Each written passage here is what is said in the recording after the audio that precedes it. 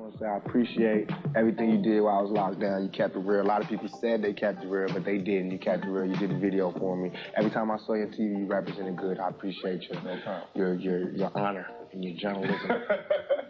But, I mean, your music, man, it speaks for itself. I've always liked your music before we even got a chance to meet in the music game. But, I mean, I found that the song that was #1, which is Me Against the World, your album #1, Dear Mama.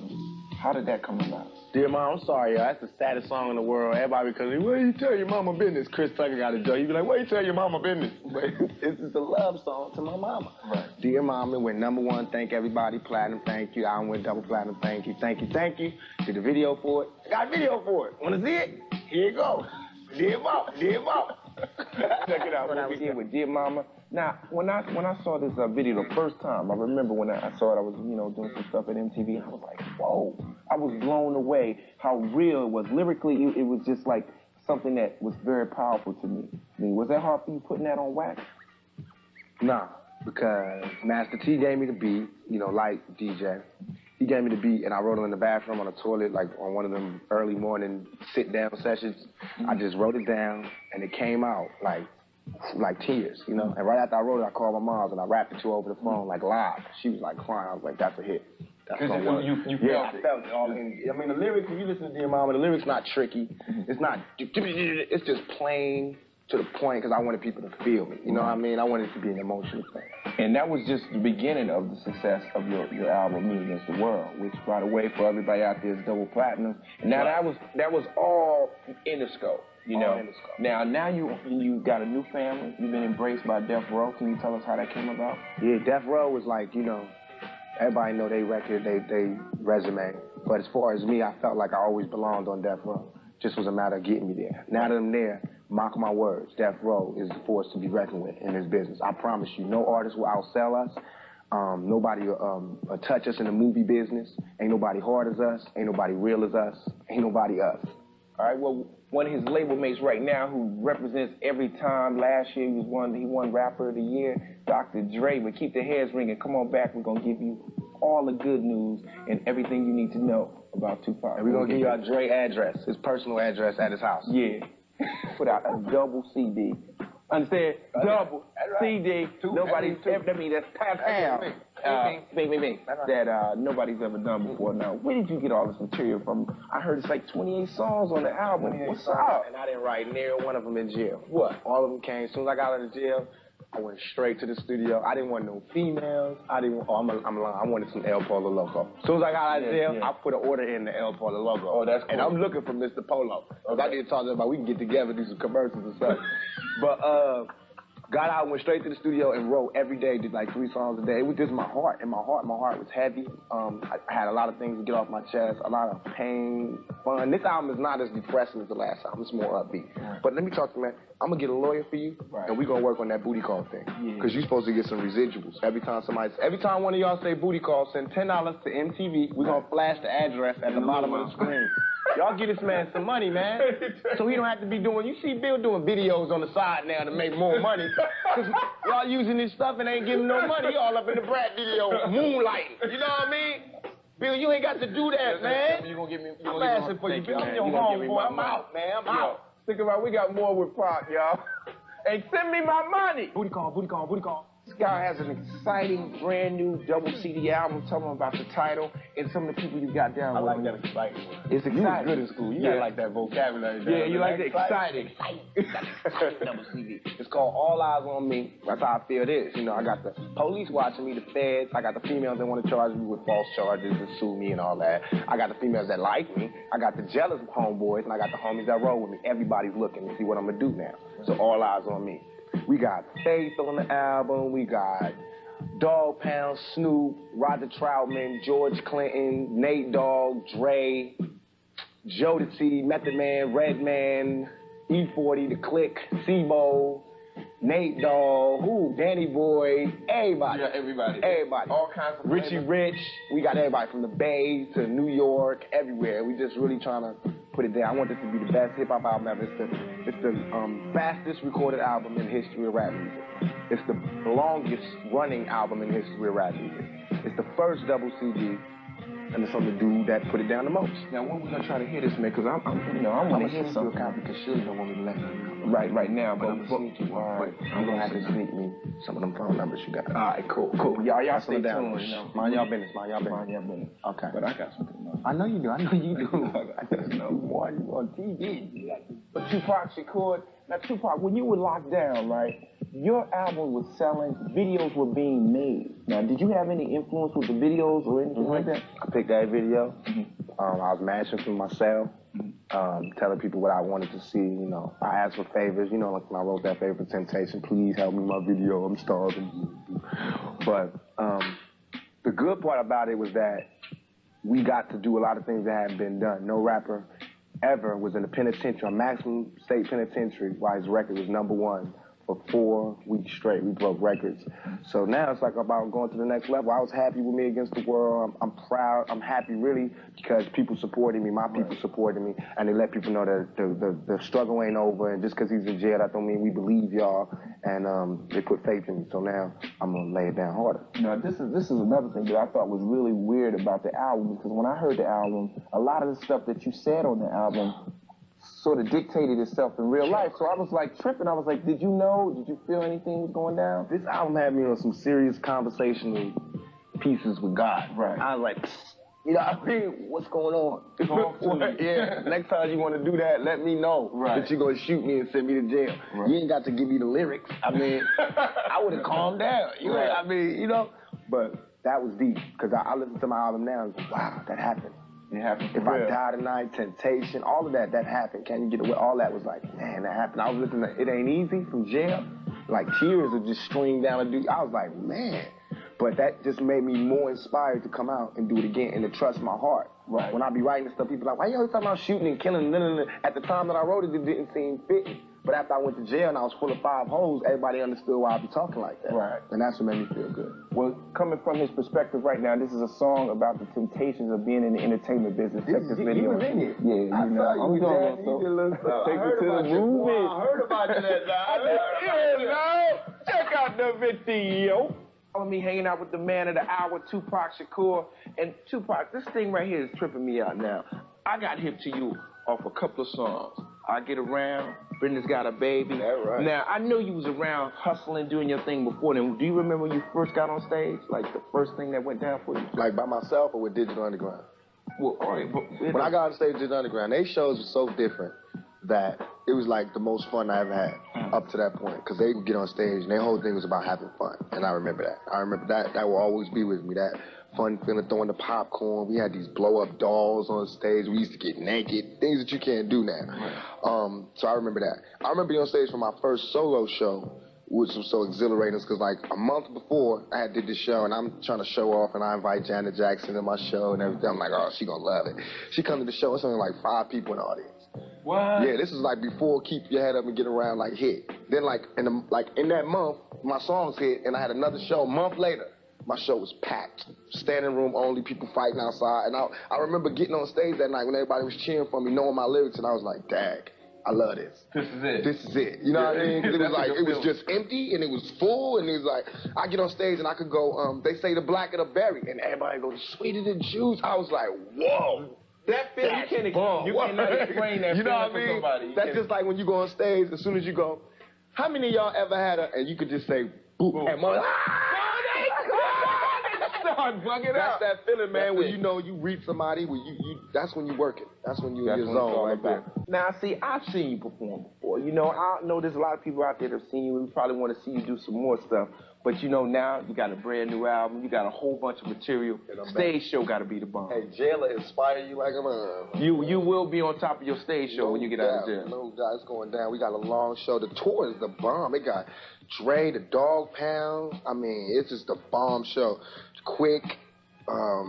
Snoop gonna come in for some shows. What? I mean, it's the bomb. Where I come out in the show, it's like you're gonna see a video screen. It's like I'm gonna be breaking out of jail, and it's gonna show me actually break out of jail live on stage. They're gonna be shooting at me, It's just dope, and I'm gonna come out on stage, I'm gonna drive on stage in the Benz, it's dope. I got some girls to dance, I got a liquor store, a live liquor store on stage. Oh, it's gonna man, be fully just in case you get thirsty. Yeah, I'm taking a dude from the corner liquor store, he gonna work for me that night. I told him, hey, I'm gonna do a show, I'm gonna get them their show. I'm gonna give people their show. You gonna give them a show? It's gonna be long. I never had this much material to do. You gonna Before, do just tell me, are you gonna do Tupac greatest hits? Don't do like my man Prez. He said he won't do no more of the Oh no, you gonna do the greatest hits for me, right? I'm the artist formerly known as Tupac, now known as Mr. Tupac. There it is. That's what I'm not changing my name. There it it took too long to do my name like this.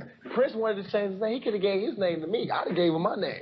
You know what I mean? We could have switched. You know what I mean? That's like a waste of a name. That's a good name. Nobody uses Prince. You know what I mean? Dang, man. It's money on that name. That's some money. Hey, man, see, that just goes to show you waste not, want not, homie.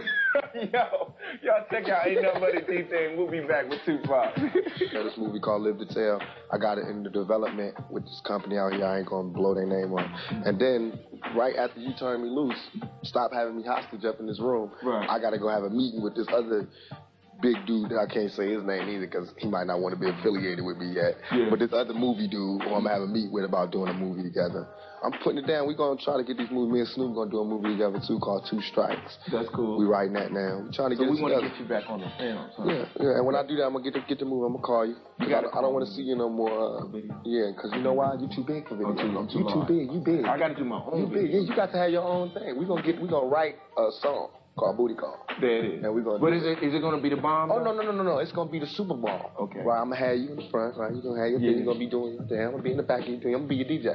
Be in the back. You doing your thing. We gonna do shows. We gonna travel. We gonna do shows. I always want to do some shows. We gonna travel. Then MTV gonna be on your job. You know what I mean? Like that come to you for your video. You know what I mean? You gonna have it locked down. That's when you get it locked down. Raise all that. See, Bill, I'm on, man. We gonna work together, man. Stay tuned. We'll be back. One of the most successful rapper producers to ever be in the rap game, doing your thing. Now, you hooked up with Tupac on his new album, and tell us a little bit what you contributed to that. I did 2 songs for the album. Single California Love, be out the first of the year, I guess, whenever. And You Can't See Me. You Can't See Me is another song I did on there. It's featuring George Clinton. Oh, no, you didn't. It's the heat. Yeah, it's heated up. Oh, George Clinton. Oh, my. It's going to be funky. That's right. We have no doubt about that. Yeah. Well, right now, we're going to represent this video from the DPG. Yeah. These fellas are doing work, all right? We got Jazz, Corrupt, Nate Dogg, Snoop up in the house. So you guys check it out. Yeah. I'm here with 2 of the hottest artists in the country, Dr. Dre. I got my man Tupac in here. Now, I know people look at the outcome. They look at like, okay, you see this record. They don't know what goes behind in the studio, how y'all get in there. Tell us a little bit about the studio, how you get prepared to go in the studio and whatnot. Go ahead. Dre said, Pop, bring your frail ass in the studio. Nah. But all right. Nah. How's it work out, though? How y'all I went in there, and I'm going to tell you, man, honestly, it's a sight to see Dr. Dre in the studio. I'm going to tell you this for the world. Dre don't hop up in this. He got his own studio at home. He don't even kick it with regular rappers in the studio. Right. So I walk in the studio, and Dre up in there, music bumping, George Clinton coming out there. He turned the music down, go, can you write to this? Right. Security, can I write to this? Is you crazy? And I'm in there doing my thing, and I had to do it. I was in the booth. He's like, are you ready? Do your vocals. I had to stop and go, Dre, you do not know how long I waited to get in this booth. And I have Dre out there going, you ready? Are you ready? You know what I mean? Yeah. I waited all my life for that, so straight out of Compton. You know what I mean? To have that man to look at me and go, okay, I like that one. We're going to keep that. We're going to keep it. How much, I mean, is it hard for you to No, man, I mean, it was dope, man, because usually I do a track or something, put it on a cassette and give it to the artist to write to overnight, but bam, Pac went in there, put the headphones on, I ran the instrumental down, rewinded it, and he had the verse ready. He was already ready. Like that. That's real. So that's cool, man. That saves you a lot of trouble. Because you'll be sitting in the studio sometimes hours upon hours and writers can't write. They just say, I can't Went in there for a minute and left with a hit. Yeah. Is that how y'all did California Love? Exactly. California Love, all we of did 15 minutes. Yeah. Because he came in there and was like, yo, I got this song, you like it? We need to do a video to this. I said, yeah. He said, yeah, okay, we'll do it. Went in there later, but we did the video like that weekend. I swear, that weekend. Yep, so Yo, this video right here is one of my favorites that we're about to go to right now, Let Me Ride. Now, this is to I want me, a paperweight for this one. this right here, to me, this typifies what Dr. Dre is all about. Let me ride. You got the fat car, you chilling, rolling through your town. Tell the truth. Tell me you ain't like that line when he broke it down. Make a phone call, my homies coming like the Gotti boys. That's my favorite time in the whole jam right there. Yeah. When he said that, I think John Gotti threw up his fingers. John Gotti was like, when I get out, you Jay! Gotti's in there, go Jay! Check it out right there, y'all. Let me ride. Dr. Dre doing his thing. I watch your style. You always do sharp projects. You seem like you take your time and you put out good stuff like that. I mean, what's next for Dr. Dre? Another bomb, another blast? Yeah, I'm getting ready to get geared up. Tupac with this double CD. It's a lot behind it. It's historic. I mean, I look forward to hearing all the different cuts. 28 cuts he's going to drop on the world. Now, I mean, you coming with all new, never before, ever seen, never heard lyrics. No doubt. Big. Right. It's all good, but right now we're going to take you away with a hit from another one of the West Coast premier rappers, G.O.G. with Gin and Juice. Check that out. We'll be back. Much love to the homie. Good luck on the case. Homie, hanging out here with Dr. Dre and Tupac. And Tupac, you've been through a lot. Seems that you got a second chance. You're getting ready to go into a whole nother level with your career. Has the things that went down in the past changed your perspective on women, or, you know, how you deal with them? Changed my perspective not only on women, but on men as well. You trust, my new tattoo, trust nobody. I don't trust nobody. As far as with the females now, it's just not even romantic anymore. You can't be like, hey, baby, let's go out to eat. Now you gotta be like, let's go eat, let's kiss, let's touch, let's walk to the door, open the door, go inside and have sex. Is that okay with you? Yes? Thank you. And then you do it. You know what I mean? It's like, no more passion. I'm still a freak. Ain't nothing stopped. I'm still a big old freak. I'm just a free freak on bail. Paranoid. You know what I mean? So now you just got to... I know, because, I mean, as an artist, I mean, we're all artists in our own right doing what we do, but you have to be careful because there's a lot of pitfalls out there. I'm a little guy. That's why they do this to me. Little guys get sued and lied on, and he ain't me, a little guy. Big dudes, they do not say that to big dudes. I think I got more lawsuits than the law allows. For real? Man, I got like 50 lawsuits. I got lawsuits from dudes that lost their other lawsuits. You know what I mean? I lost my other lawsuit because I had a lawsuit with him. You know what I mean? It's real, though. You have to be careful, though. Most people, you know, they look at the fame and the glory, and they figure, you know, it's all good, but you got to look out for yours so you can keep making records and keep doing your thing. It ain't easy. It's not easy. Y'all stay tuned. We'll be back. Go ahead, Bill. My fault. All right. Okay. All right. Well, anyway, let's talk about love, man. California Love. This brand new video, the song, collaboration. Let's bring it to the forefront. The video. Actually, the video concept was Jada Pinkett's idea. She came up with the concept because she was supposed to direct it originally. And something happened. She couldn't direct it, so we got none other than the Hype Williams. Fly director Hype Williams to direct it, and it came out real dope. It's a Mad Max type of vibe. It's something different. We had to do something real different because, you know, tired of the same basic type of things. You know, just want to try something different and fly. So it came out real good. Now how many we want to go with this one? Because, you know, you guys put records out. There's millions, you know, stuff flying out the window, you know what I'm saying? You know, is there any room to slow down with this great momentum that's going on, brother, with Death Row here? Nah, this what Suge told me. Told me we going for $6 million on this minimum. If we sell less than $6 million, we're not going out there no more. We're not going to be rapping no more. No, we got to go. Unless 6 million people unless it ain't 6 million people in the world. No, I think it's But if it's 6 million people in the world, we want 6 million sales. That's that. Yeah. As far as slowing down, we not slowing down. We trying to own casinos. We want to own because we don't want to go to Vegas. Right. We want y'all to come to Vegas. Right. Come to our casino. You know what I mean? We want to do that type of stuff. We looking at like how Scarface said it, set your own mark and enforce it. That's what we want to do. That's how you live. These other suckers, they ain't doing nothing. They still in that same little tiny fishbowl. Yeah, we in the ocean making moves. We big fish in the ocean. They big fish in the pond. You gotta have your eyes on the prize, you know what I'm saying? We got big plans, you know. You gonna do any more movies? You wanna try to venture off? Yeah, I'm gonna try to get into that, you know. See what happens with You're gonna be in that 2 strikes thing. You gonna do something? Cause yo, man, you got a lot of talent. I remember when I came up to the house and I saw the stuff that you were doing. Not only the studio, but your interest in the movies and directing. It's a lot of stuff behind that, man. Let me tell you something. Ain't nothing on this planet I can't do. You know what I'm saying? Real. That's how I feel, and that's why I'm gonna stay at the level I am. You know what I'm saying? On top of everybody. If not one of the best producers in the world, period. That's how we live it. Yo, y'all stay tuned. We'll be back. Don't stay a minute, man. We ain't staying tuned. We going to the video. We finna leave, man. We gotta talk. You wanna go?